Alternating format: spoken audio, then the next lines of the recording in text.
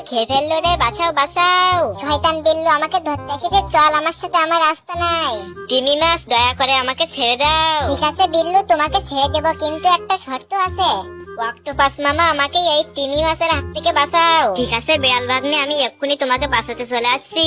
ওরে দুষ্টু অক্টোপাস, বিড়ালকে বাঁচাতে আসবে তাই না? তোর জন্য জাল পেতে রেখেছি, তাড়াতাড়ি আয়। চুমকি চলেছে একা পাতে, সঙ্গী হলে দোষ কি তাতে।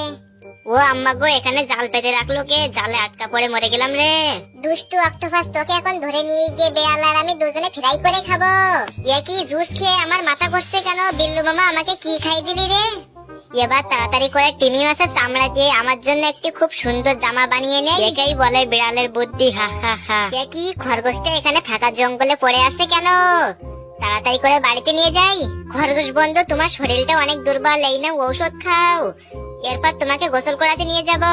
এই তো, তুমি ঠান্ডা পানিতে মজা করে গোসল করো, এরপর তোমার লোমগুলোকে হেডরেড দিয়ে শুকিয়ে দেব। বিল্লু মামা, আমার অনেক খিদে পেয়েছে, আমাকে তাড়াতাড়ি খেতে দাও। খরগোশ বন্ধু, তুমি এখন পুরোপুরি সুস্থ হয়ে গেছো, এখন যাও জঙ্গলে গিয়ে ঘাস খাও। খরগোশ বন্ধু, চলো আমার এক বিড়াল বন্ধুর বাড়ি থেকে ঘুরে আসি, সে অনেক ভালো মানুষ। আমি গাড়ি চালাচ্ছি, তোমরা গাড়িতে ধরে বসো।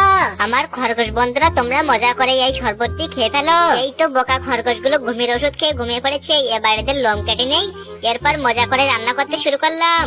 বাঘ মামা, তুই তাড়াতাড়ি চলে আয়, তোর জন্য খরগোশের মাংস রান্না করেছি। দুষ্টু বিল্লু মামা, আমাকে কি খাইয়ে দিলি রে? আমি অজ্ঞান হয়ে গেলাম।